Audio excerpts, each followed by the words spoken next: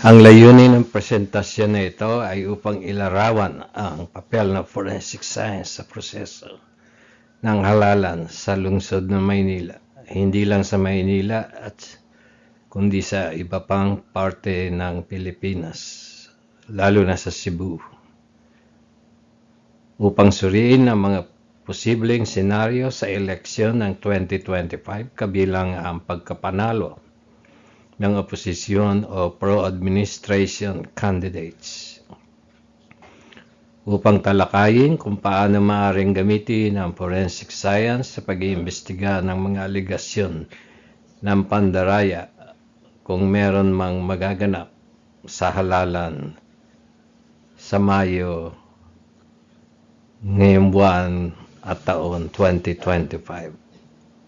At upang iugnay ang mga usaping ito sa mas malawak na teksto tulad ng pagbabalik ni dating Pangulong Duterte mula sa ICC. From memory ay yung mga Defense Council ni dating Pangulong Duterte ay nagsabi na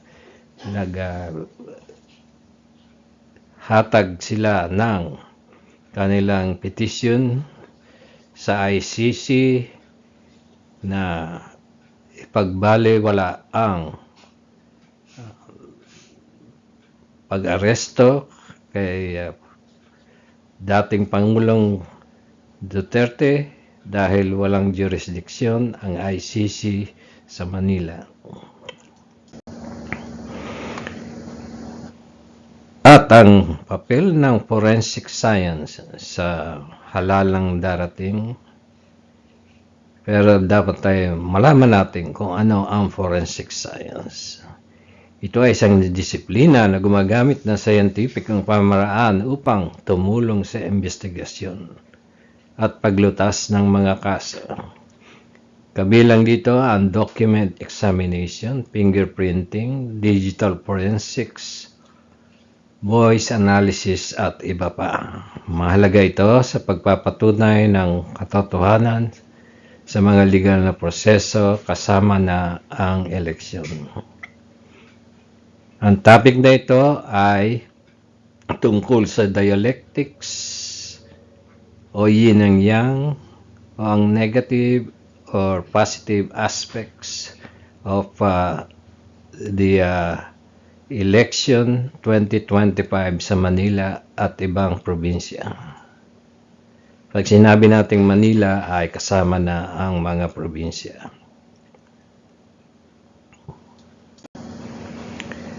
Mga konteksto ng Maynila election 2025. Meaning, yung backgrounder ng Maynila election 2025.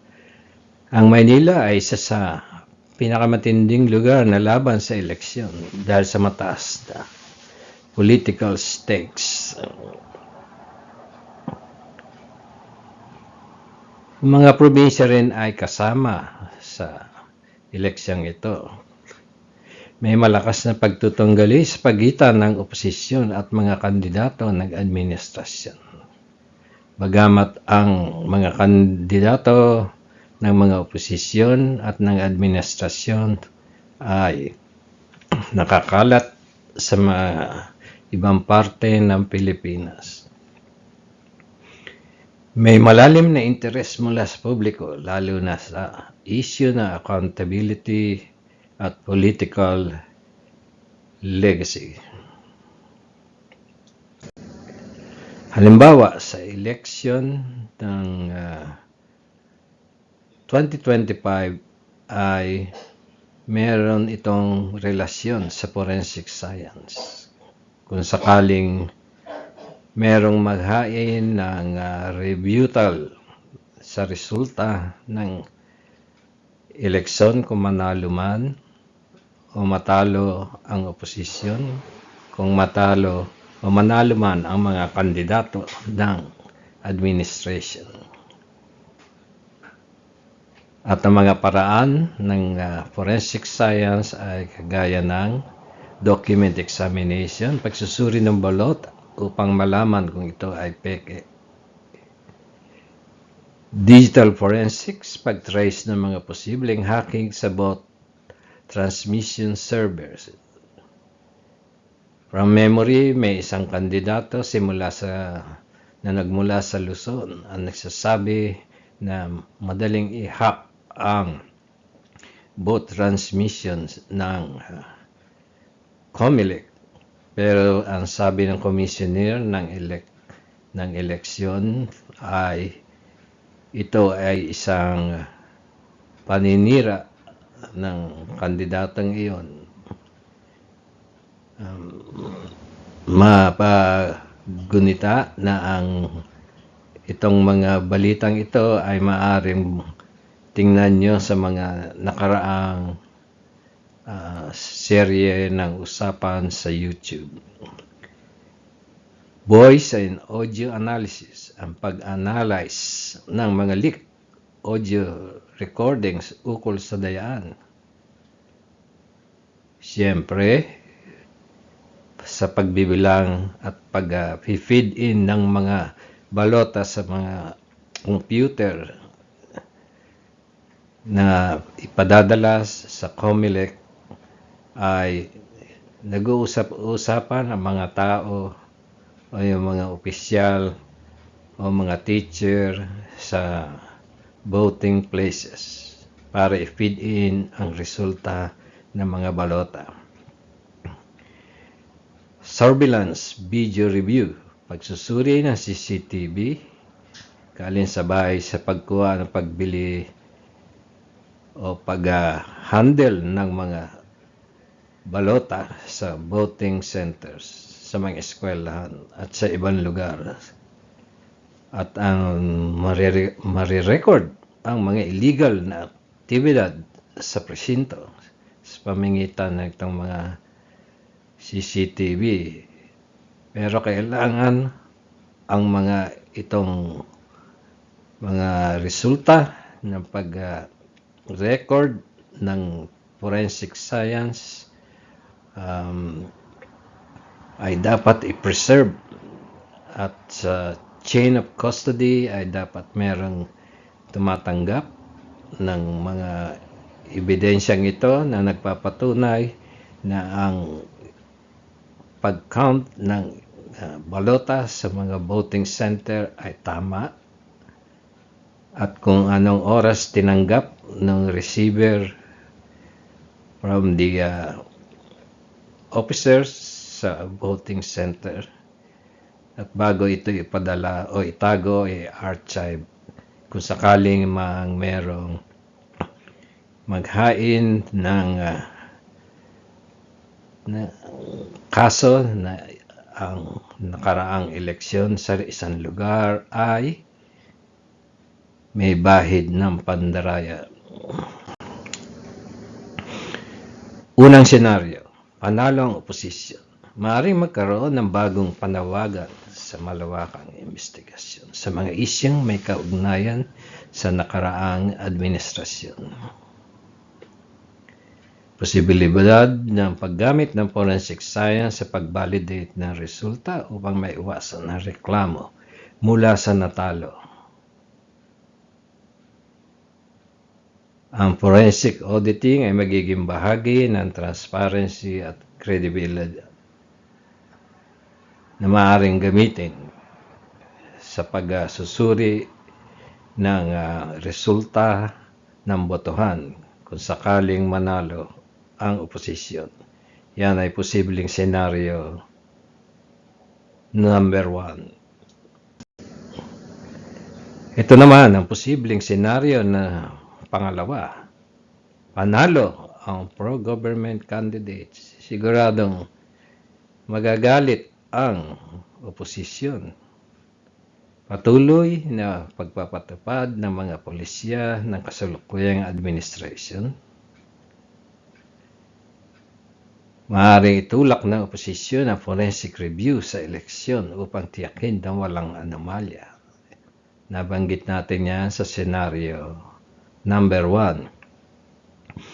Dito magiging mahalaga ang neutral at independent expert upang mapanatili ang tiwala ng mamamayan. Senaryo number 3, may matinding aligasyon ng dayaan. Kapag may mass protest o reklamo, ang forensic science ay magiging pundasyon ng investigasyon o magiging basihan ng pag-support sa aligasyon ng pandaraya.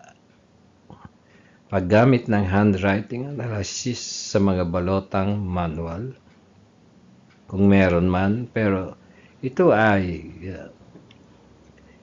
inalis na yata upang gawin na lang computer generated ang pagpasok ng balota sa mga COMELEC election automated machines. Paggamit ng digital logs upang makita kung may rekordad sa server access o transmission. From memory, ay sinabi ng isang kandidato mula sa Luzon na ito ay maaaring mahak ng isang interesadong tao para i-alter ang resulta ng eleksyon. At kasama na rin dito ang China na pinaghihinalaang maaaring nagbabantay o nakikialam sa resulta ng COMELEC election na ito sa ngayong buwan, May 2025. Ano ang papel ng forensic document examination? Mga espesyalista sila na tinutukoy kung ano ang document ay totoo or fake. Sa election ito ay magagamit sa pagsusuri ng mga balota, election return at voters list. So maraming pinagbabasihan ang mga forensic document examiner. Maaari ring gamitin sa pag-evaluate ng mga reklamong dagdag bawas sa boto. Papel ng digital forensics. Ito ay nagsusuri ng footprints sa vote counting machines at servers. Tiyak na merong mga memory chips yung mga counting machines at servers. At ang pagdaan ng traffic ng mga transaksyon electronically. Pagkumpirma kung may unauthorized access sa sistema. So yan, kailangan merong mga hindi lang double authentication, dapat tatlong method ng authentication ng user ng counting machines at servers para mapanatili ang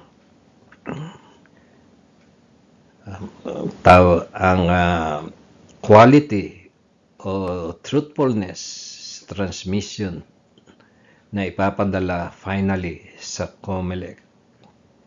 Pag-extract ng ebidensya mula sa cellphones, USB drives o laptops ng mga election officers.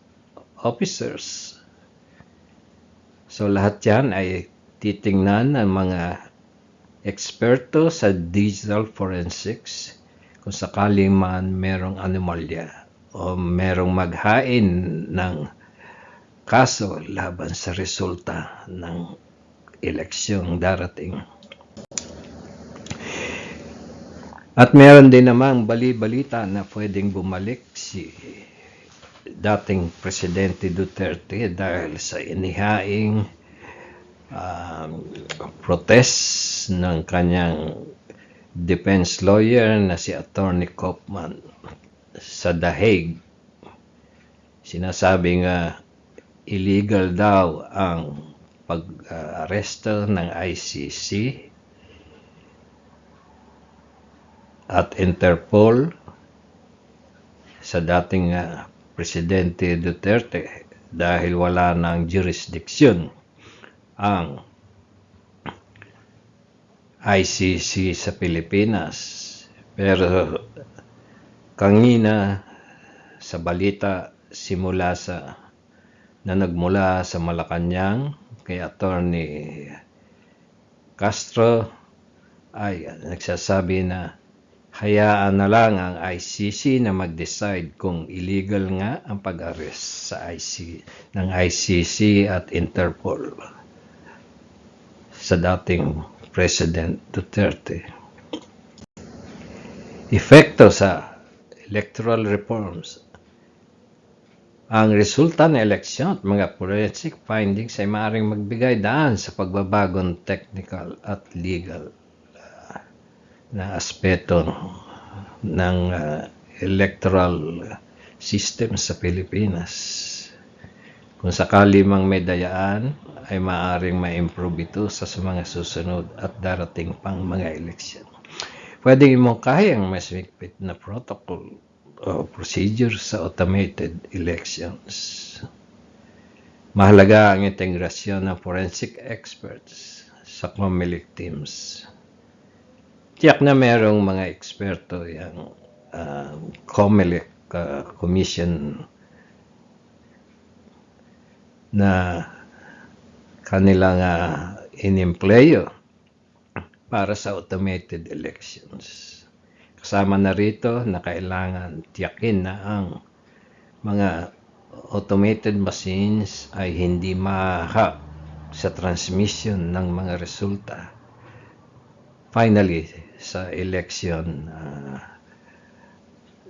commission sa Intramuros. Mga hamon ng forensic science sa election. Well, merong mga eksperto at merong mga magagaling sa forensic election auditing.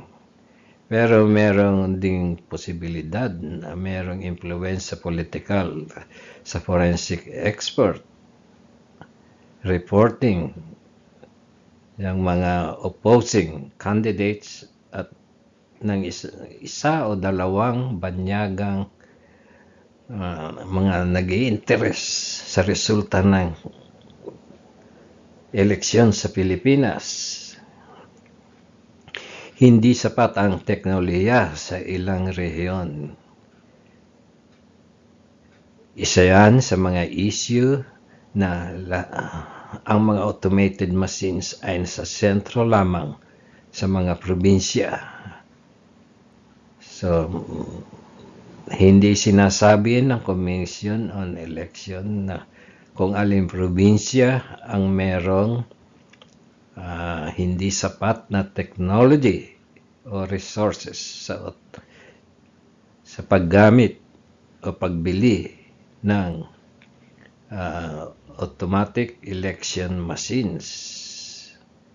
Tahimik sila sa aspetong yan. Pero nagtitiwala pa rin tayo na lahat ng rehiyon sa Pilipinas na sakop ng Commission on Election ay fully furnished with automatic machines.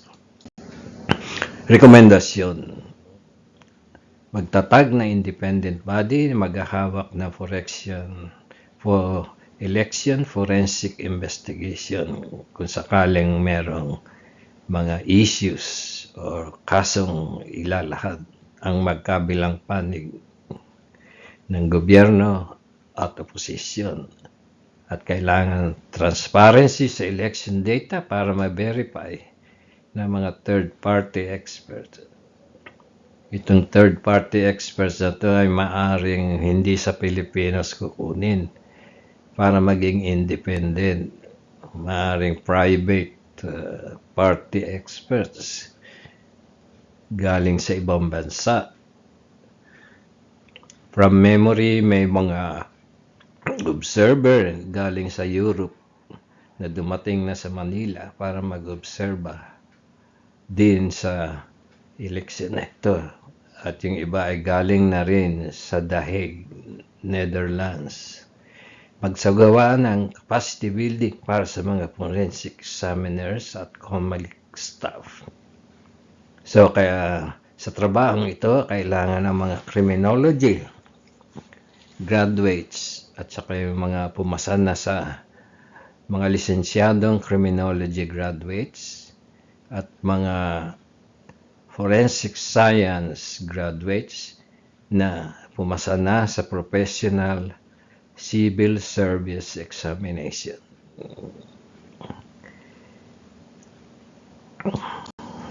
Konklusyon, ang forensic science ay susi sa pagpapalalim ng integridad at transparency ng eleksyon. Kailangan yan ng teamwork yan. Teamwork ng criminologists, forensic science, mga teachers,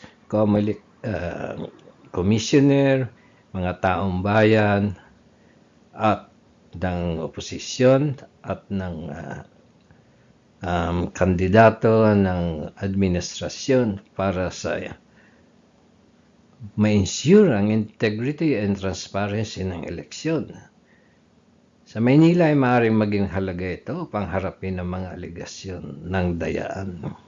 Sa huli, ito rin ang magpapalakas ng tiwala mamayan sa demokratikong proseso upang maiwasan ang mga pagkakagulo sa darating na panahon, kagaya ng pag-aalsa ng mga rebelde na nagsasabing ang demokratikong proseso sa Pilipinas ay hindi na pinagtitiwalaan ng mga taong bayan, kaya sila ay nagre-rebelde.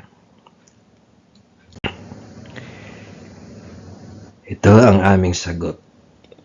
Panginoon namin,